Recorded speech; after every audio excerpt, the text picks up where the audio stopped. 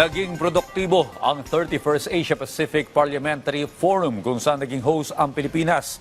Kabilang sa mga interes ng Pilipinas na tinalakay sa forum ang Maharlika Investment Fund at ang hangaring makakuha ng non-permanent seat sa United Nations Security Council. Si Daniel Manlarastas sa report. Matapos maging matagumpay ang ginanap na 31st Asia-Pacific Parliamentary Forum, kinumpirma ni House Speaker Martin Romualdez na isa sa naging bunga nito ay nabanggit ang Maharlika Investment Fund sa sidelines ng APPF kasama ang iba't ibang bansa. Nakamakailan ay nais sa batas na naglalayong makalikha ng maraming trabaho at mapasigla ang ekonomiya. Nakikita po nila na mukhang magaganda itong investment center at haven sa lahat ng mga sovereign wealth funds sa buong mundo. So mukhang magandang kinabukasan ng ating sovereign wealth fund na Maharlika.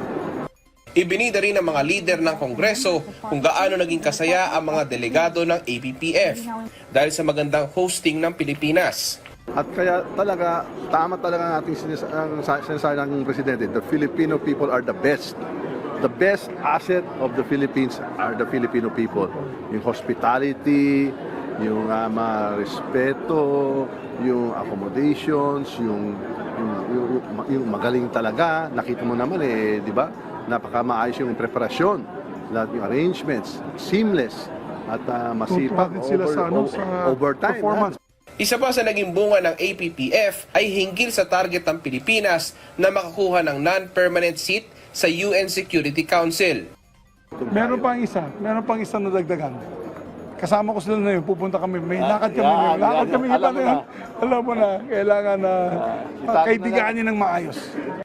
So yun lang po, malaking dividendo na yan sa Pilipinas, no? Na makukuha natin itong mga bagay na mga seats sa UN Security Council. Kaya napakaganda talaga itong event na to na forum. And I'd like to thank again our chairman for the successful hosting and the Senate, House of Representatives, all of the staff, at kayo po.